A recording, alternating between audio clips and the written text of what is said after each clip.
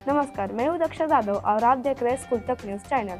दक्षिण कोरिया की जासूसी एजेंसी ने चीनी एआई ऐप डीपसीक पर अत्यधिक व्यक्तिगत डेटा एकत्र करने और खुद को प्रशिक्षित करने के लिए सभी इनपुट डेटा का उपयोग करने का आरोप लगाया है और राष्ट्रीय गौरव के मुद्दों से संबंधित सवालों पर ऐप से जवाबों पर सवाल उठाया है। राष्ट्रीय खुफिया सेवा NIS ने कहा कि उसने पिछले सप्ताह सरकारी एजेंसियों को एक आधिकारिक नोटिस भेजा था जिसमें उन्होंने आर्टिफिशियल इंटेलिजेंस ऐप पर सुरक्षा सावधानी बरतने का आग्रह किया गया था। NIS ने रविवार को जारी एक बयान में कहा, अन्य जनरेटिव AI सेवाओं के विपरीत यह पुष्टि की गई है कि चैट रिकॉर्ड्स ट्रांसफर करने के योग्य है क्योंकि इसमें कीबोर्ड इनपुट पैटर्न एकत्र करने का एक फंक्शन शामिल है जो व्यक्तियों की पहचान कर सकता है और चीनी कंपनियों के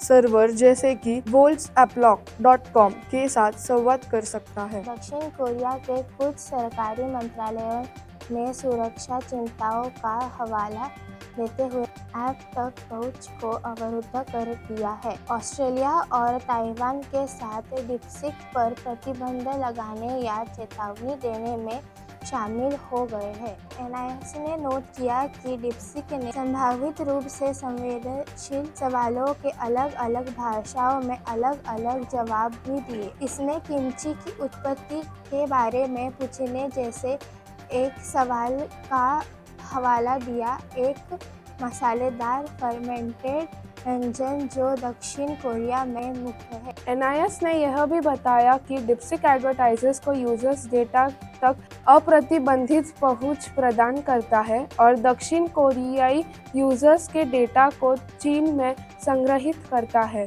जहां स्थानीय कानूनों के तहत चीनी सरकार द्वारा इसे एक्सेस किया जा सकता है। एजेंसीज ने यह संवेदनशील सवालों के जवाबों में ऐप के जवाबों में विसंगतियों को भी नोट किया, जैसे कि किमची की उत्पत्ति, जिसके बारे में डीपसीक ने दावा किया कि चीनी में पूछे जाने पर यह चीनी थी, लेकिन कोरियाई में पूछे जाने पर कोरियाई थी। कोरियाई भाषा में इसके बारे में पूछा गया तो ऐप ने कहा कि किमची एक कोरियाई व्यंजन है।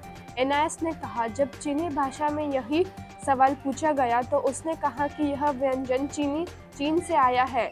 डीपसीक के जवाबों की पुष्टि रॉयटर्स ने की। किमची की उत्पत्ति हाल के वर्षों में कई बार दक्षिण कोरियाई और चीनी सोशल मीडिया उपयोगकर्ताओं के बीच विवाद का स्रोत रही है। डीपसीक पर 1989 के तियानमेन स्क्वायर क्रैकडाउन जैसे राजनीतिक सवालों के जवाबों के सेंसर करने का भी आरोप लगाया गया है, जिसके कारण ऐप ने विषय बदलने का सुझाव दिया। चलो कुछ और बात करते हैं। NIS ने कहा कि डीपसीक एडवर्टाइजर को उपयोगकर्ता डेटा तक असीमित पहुंच प्रदान करता है और दक्षिण कोरिया उपयोगकर्ताओं के डेटा को चीनी सर्वर में संग्रहित करता है। एजेंसी ने कहा कि चीनी कानूनों के तहत चीनी सरकार अनुरोध की जाने पर ऐसी जानकारी तक पहुंच सकेगी। डीपसीक ने टिप्पणी के लिए ईमेल किए गए अनुरोध का तुरंत जवाब नहीं दिया।